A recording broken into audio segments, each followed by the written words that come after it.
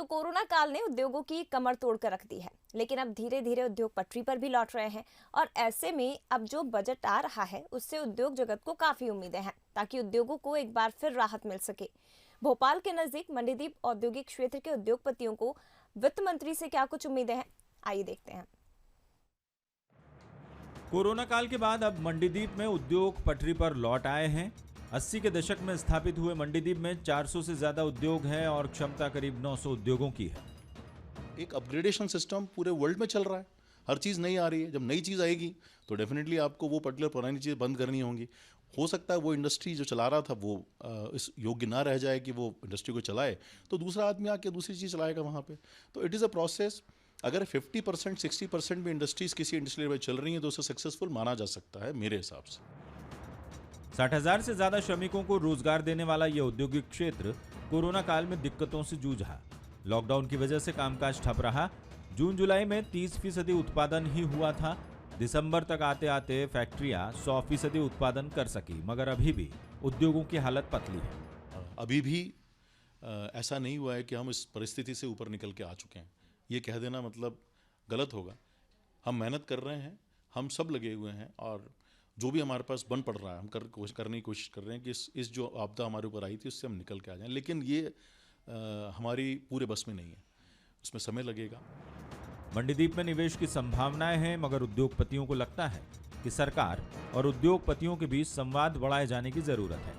एक बहुत बड़ा डिपार्टमेंट है सरकार का। बड़ी विचित्र बात मैं कह रहा हूँ, बड़ा अजीब सा कहने में लग रहा है। National sample survey organisation NSSO एक बहुत बड़ा ऑर्गेनाइजेशन है देश का। इतनी बड़ी संस्था है, इतना ज़्यादा उसमें काम होना चाहिए। मेरे को नहीं पता है, मैं नहीं कह सकता कि वो वाकई उतना काम, जितना काम वो कर सकते हैं वो कर रहे हैं कि नहीं कर रहे, क्योंकि वो एक ऐसी संस्था है जो आपको हमेशा बता सकती है कि हम आगे जाके क्या करना। देखिए, आप अगर मान लो किसी रास्ते पे जा रहे हैं तो आपको ये तो मालूम होना चाहिए ये रास्ता जाता कहाँ है।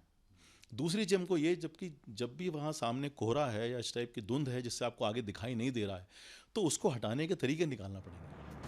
जहां तक बजट का सवाल है तो उद्योगपतियों को बजट से काफी उम्मीदें हैं, ताकि मंडीदीप में निवेश आ सके और उद्योगों को राहत मिल सके। सवाल है, सरकार को सबसे पहले ये देखना चाहिए क्या इंडस्ट्री जितनी स्टेट ने अपनी जितनी इंडस्ट्रीज को किसी भी प्रकार की सुविधाएं, चाहे सब्सिडी के रूप में दी हो, चाहे रिफंड के रूप में दिया हो, चाहे किसी भी रूप में कमिटमेंट किया, उसको फुलफिल वो कर पाए कि नहीं कर पाए।